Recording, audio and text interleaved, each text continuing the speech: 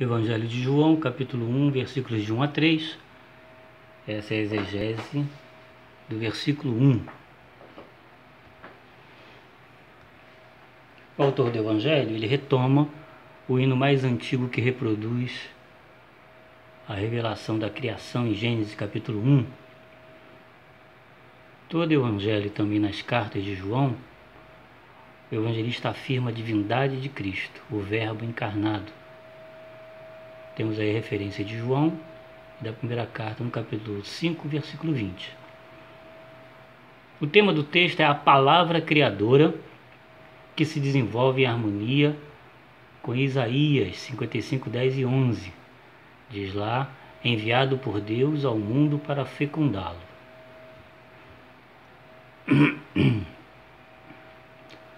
O trabalho irá se desenvolver da seguinte maneira: em primeiro lugar, a leitura do texto, a tradução, separação das palavras, análise sintática, etimologia, aporte teológico, hermenêutica e, na conclusão, uma aplicação para a pregação da palavra, a mensagem.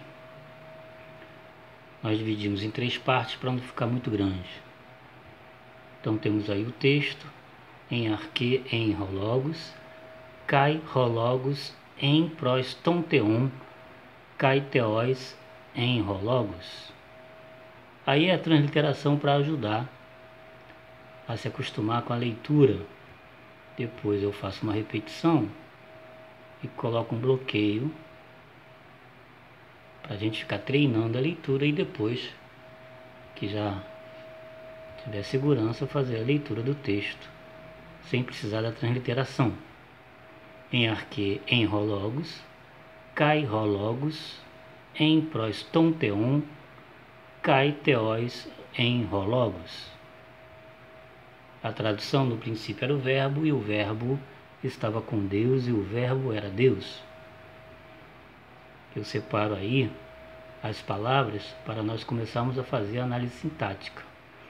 Coloco aí a representação de cada palavra, e a observação é para o substantivo logos, que se encontra no nominativo todas as vezes, quer dizer que ele é sujeito.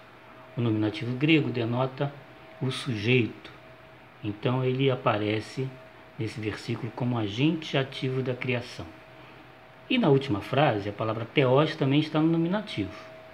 Indica então, ratifica a questão de Deus e o Logos, que é Jesus, terem uma relação de pertencimento, de sinergismo na hora da criação.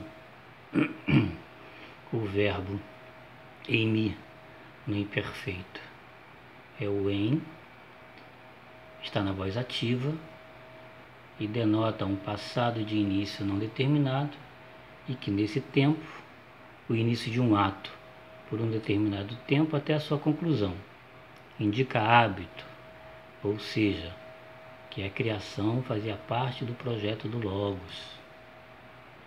A indicação gráfica é essa aí, uma linha que inicia na eternidade, quando a criação é concluída, uma linha na vertical representando a conclusão. A tradução aí, em princípio, era o verbo, a palavra estava com Deus e a palavra era Deus.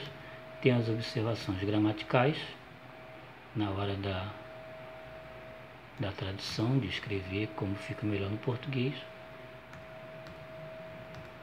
A etimologia de logos, que é a palavra quando ela começa a ser usada e a utilização dela no Novo Testamento, especificamente no Evangelho de João.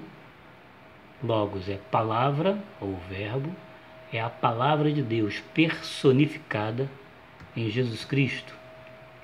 A utilização em outros textos. O Logos, então, de uma maneira geral, ele aparece da seguinte forma: o importante é trabalhar o texto considerando a teologia do Logos e seus desdobramentos. Então nós vamos colocar desde o tempo de Platão até pensadores do século XX.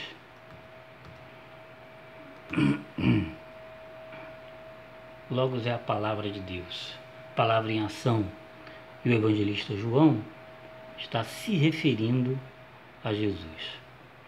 No pensamento grego, a maior elaboração do conhecimento, da ideia, da razão, da sabedoria de Deus. Na teologia, a razão de Deus, o Logos. Logo, Jesus é a mais importante e sublime revelação e ou interpretação da ideia, isto é, a maior expressão divina dada ao homem. Do sentido primitivo significa coleção e depois, por evolução semântica, narrativa, discurso, palavra, princípio racional. No mundo grego vem de legô, que significa reunir e depois narrar, contar, enumerar e dizer. Como eu falei que o Logos está em pleno sinergismo, em plena relação de pertencimento com o Pai, a gente lembra daquele brinquedinho que nós chamamos de Lego, e ali tem realmente os componentes com as suas junções para fazermos a união e os objetos que quisermos, tipo um barco, uma casa, até um ser humano.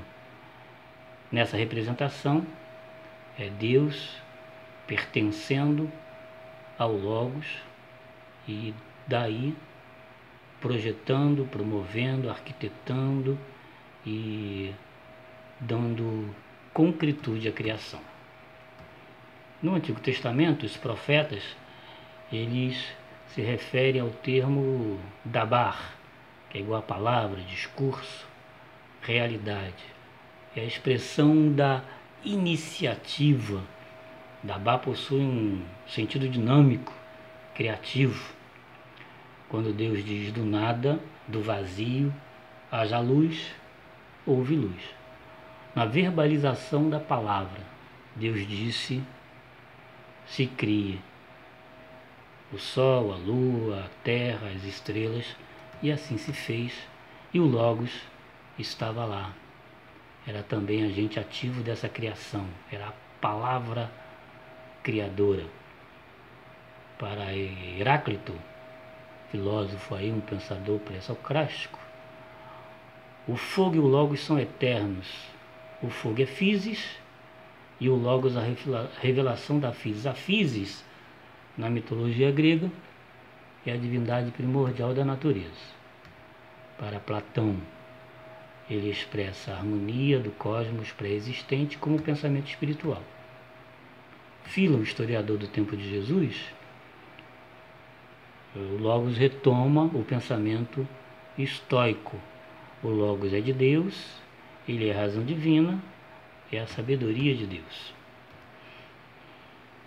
No Novo Testamento, principalmente nas palavras de Jesus, o Logos é a verbalização, a proclamação, a pregação da mensagem de Deus, da proximidade urgente de Deus e o anúncio da inauguração do domínio mundial de Deus, do reino de Deus, a basileia tuteu do grego, do governo de Deus, já presente na pessoa e nas palavras de Jesus, que é a personificação de Deus.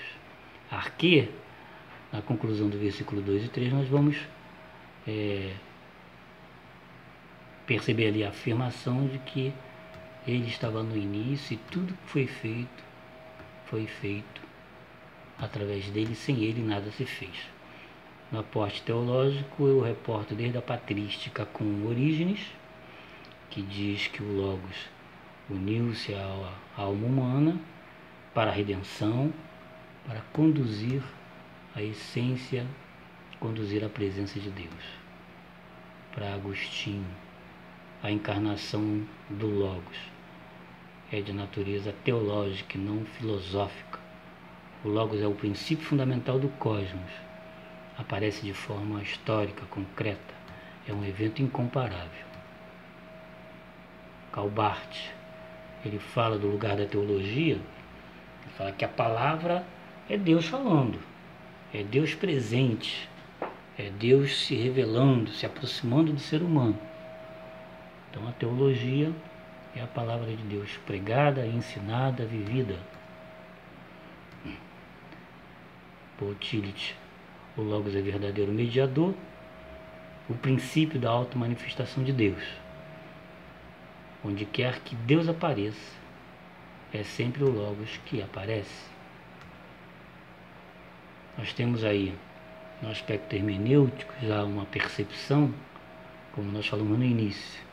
É o resgate do hino da criação, em Gênesis capítulo 1.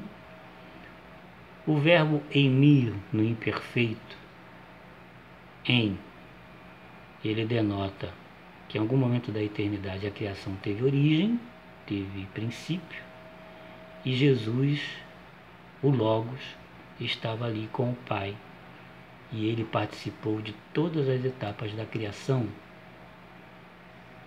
No versículo 1, o Logos está no caso nominativo, e a palavra Deus também está no nominativo. Isso quer dizer que são sujeitos presentes, ativos na criação.